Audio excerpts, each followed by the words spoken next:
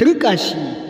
Mai martaba Sarkin Gabas ya buƙaci Abba Galadima ya saki matarsa Sumayya, sakamakon cewa Sumayya ta fara koyawa Abba Galadima cewa su bar gidan nasu na sarauta su koma can wani keɓantaccen waje, tunda ana musguna mata a gidan. Haƙannan shi sun fara mata rashin kunya. Martaba ya ji wannan mummunan ƙuduri da Abba Galadima ya zo mai da shi, shine mai martaba nan take ya je ya samu Fulani yake faɗa mata cewa ga abin da Abba ya zo mai da shi.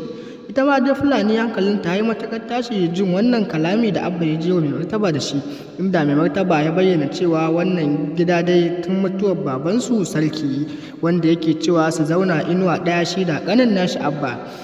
Ita kuwa Fulani nan ta kwashe ta samu kilishi ta faɗa mata, ita kuwa kilishi ta samu abin da take so, cewa dole Sumayya sai ta bar gidan. Yanzu dai haka an ƙudurcewa sai Sumayya ta bar gidan nan, inda ake cewa ana nan an sa ido domin a ji hukuncin da mai martaba zai yanke wa Abba Galadima. Har yau dai mai martaba shi bai ce ya yafe wa Abba Galadima ba. Abba ya tsuguna a gaban mai martaba yana roƙon shi domin ya yafe mai, shi ko mai martaba ya yi banza da shi ya tafiyarsa. Hankalin Abba dai ya yi matuƙar tashi, har ya koma ya bayyana wa Sumayya cewa shi fa ba zai iya barin wannan gidan ba. To mai saurare dai, idan wannan ne farkon zuwan ka sha'afa sai ka danna subscribing sannan ka danna alamar ƙaruwa, domin hakan shi zai ba mu ƙwarin gwiwar kawo wasu ci gaban rahotanni akan wannan tasha tamu. A inda a kilishi ita da sojojinta suka bayyana wannan al'amarin a filinsu.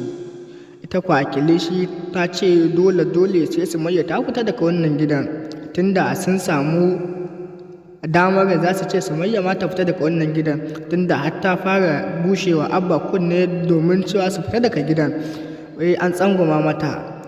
Muna ɗauke da cikakkun rahotannin, ku dai ku biyo mu a wannan tasha tamu mai cike da albarka. Kawai ku dai ku danna subscribing sannan ku danna alamar ƙararrawa, domin hakan shi zai ba mu ƙwarin gwiwa kawo wasu ci gaban ne ingantattun rahotannin.